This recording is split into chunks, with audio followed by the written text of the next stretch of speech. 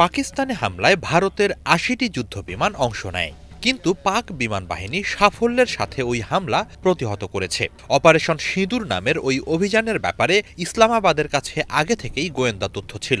এক বিবৃতিতে এসব কথা জানিয়েছেন পাকিস্তানের প্রধানমন্ত্রী শেহবাজ শরীফ।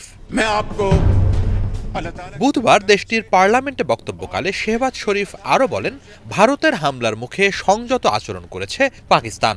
হামলায় অংশ নেওয়া বিমানের মধ্য থেকে মাত্র ৫টিকে গুলি করে ভূপাতিত করা হয়েছে। সেনারা চাইলে ১০টি যুদ্ধবিমানও ভূপাতিত করতে পারত।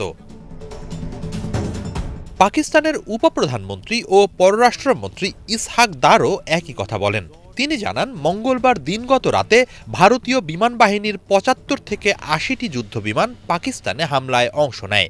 এর মাঝে ৫টি যুদ্ধবিমান ও ২টি ড্রোন ভূপাতিত করা হয়। পাক বিমান বাহিনীকে সর্বোচ্চ স্বাধীনতা দেয়া হলে ভারতের জন্য তার ফল আরও ভয়াবহ হতো বলে উল্লেখ করেন তিনি।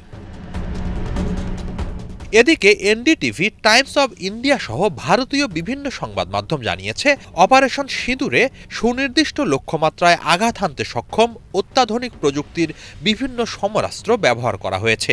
ভারতের সেনা, নৌ ও বিমান বাহিনী সম্মিলিতভাবে ওই হামলা চালায়। হামলায় উচ্চ ক্ষমতা সম্পন্ন SCALP cruise missile, Hammer precision guided missile ও আত্মঘাতী ড্রোন ব্যবহার করা হয়।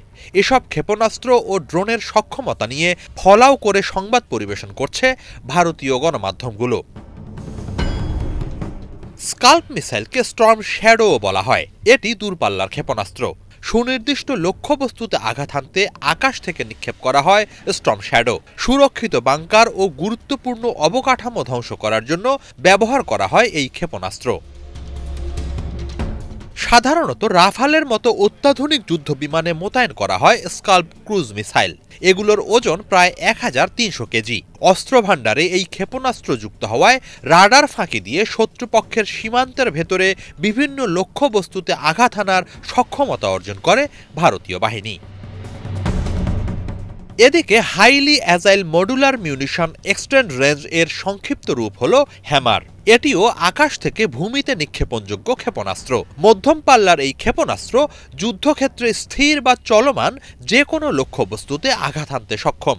GPS, laser targeting, infrared imaging সহ বিস্তৃত ফিচার আছে এই ক্ষেপণাস্ত্র ব্যবস্থায়।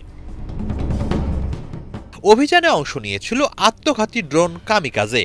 সাধারণত নজরদারি, লক্ষ্যবস্তু শনাক্ত ও সুনির্দিষ্ট লক্ষ্যবস্তুতে আঘাত হানার কাজে ব্যবহার করা হয় এসব ড্রোন।